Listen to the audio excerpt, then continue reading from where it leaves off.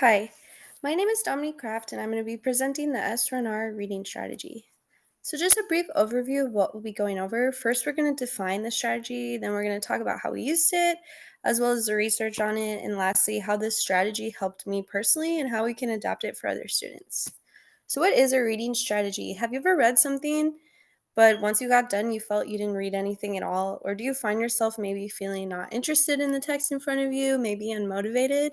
If this is a common occurrence for you, then implementing a reading strategy will help you retain what you're reading. Reading strategies are tools a reader can use to better decode and comprehend the material they are reading. Using a reading strategy can also improve the way the reader engages with the material, as well as keeping you focused at the task at hand. We have learned three different reading strategies in this class. However, I believe the S1R strategy seems the most effective and efficient. So, what is the S1R reading strategy? It stands for Survey, Read, Underline, Notes, and Review. The first step is going to be survey. So, you'll just skim through your material briefly before you actually actively read. You might want to read some outlines, headlines, conclusions, summaries. We just want a small overview of the material. The next step is to now actively read.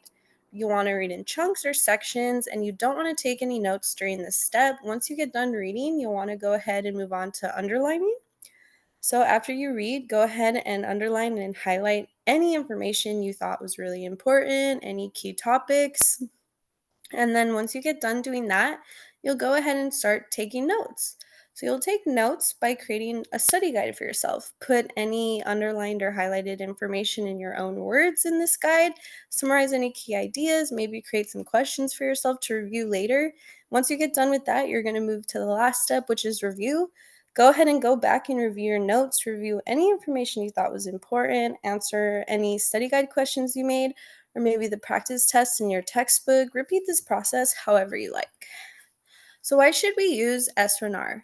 S1R process requires you to interact with the material, allowing you to reach a deep concentration cycle. And then rehearsing the same information multiple times can actually help with memory retention, and breaking up reading into smaller chunks can feel less overwhelming and more manageable. And this actually motivates you more to read. And then S1R already provides study material for you in the process, so studying for tests also becomes easier as you recall the information and it can save you time. So, what are some metacognitive findings about S1R? There are actually some potential advantages of highlighting. Carol L.U. conducted a study and found that highlighting may make the marked portion of the text more memorable because it stands out from the surrounding non highlighted text.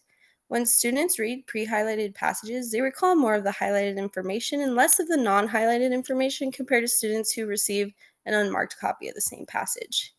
Highlighting can facilitate long term retention, particularly for students who may have limited available study time. So, applying the S1R, and this is my personal experience. So, before I knew about S1R, when it came time to read, especially my more difficult college level readings, I would read from start to finish. But then when it came time to recall, I couldn't really remember anything. I kind of was just skimming through. I had no idea how to engage with the material to make it stick to my brain. But after using S1R, I had a guide on how to engage with the material more in depth. As part of the process, I broke my reading into the sections, which actually helped me focus on that one section instead of this huge article. Highlighting the material after I read also helped me keep myself kind of in check of what the material was trying to tell me.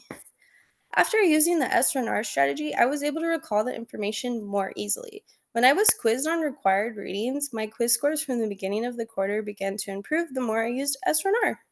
So, adapting the S1R strategy, not every student learns the same, but we could still use the S1R strategy by adapting it to the needs of different students. Reading can be more difficult for students who are visual learners. These students may want to use different colored highlighters during the underline or highlight step. Using different colors can create a color code for you and may help in recalling information more easily. Or you may want to use symbols on the study guide when you create the study guide you create with S1R. That's all I have today. If you have any questions, here's my email. And then here's my works cited for the article I used.